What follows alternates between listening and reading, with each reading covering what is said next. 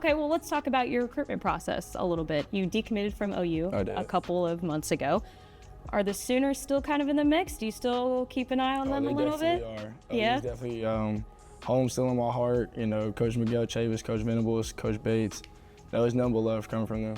Well, you have a lot of teammates, too, that have gone up there, and even the guys before you. It seems like OU's kind of that pipeline, right, for Denton Yes, Geyer, ma'am. right?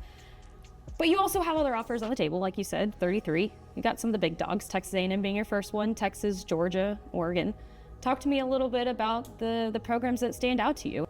Schools standing out right now are Georgia, SMU, Texas, Oklahoma, of course, and Texas A&M. Texas A&M, okay.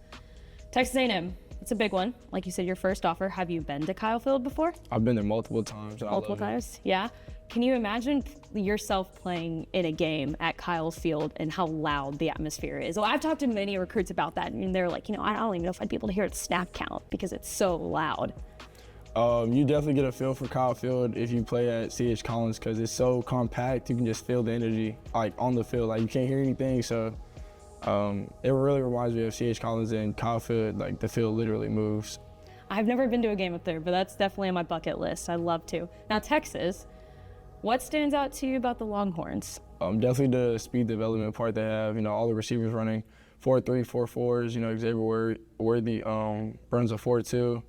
Even the big guys are running 4.6s, 4.7s. You know, that's crazy for a guy over 300 pounds, 280 plus, running a 4.6, 4.7. So really, just that speed development part for the next level. SMU right down the road. What also stands out Georgia. in Georgia? What stands out to you about SMU? The people, they also have a lot of defensive packages for their edge rushers. Sometimes they have 3 to 4 edge rushers on the field at one time, so that's a lot. So I can definitely play early. And Georgia, I mean the big dogs. All my schools really have a lot in common, like with the development part, but their development's off the charts, especially with their defensive line part, outside linebacker and tight end part. They definitely know what they're doing, especially for the Philadelphia Eagles. Their whole D-line goes to Georgia, so yeah, the development. And I like to ask this question too. You obviously still have a long time to go. You're only class of 2027, so you've got 2 more full years on varsity. As of right now, if you had to make a decision today, what do you think would be that, now you don't have to give me a school, but what do you think would be that deciding factor to say, that's where I'm going?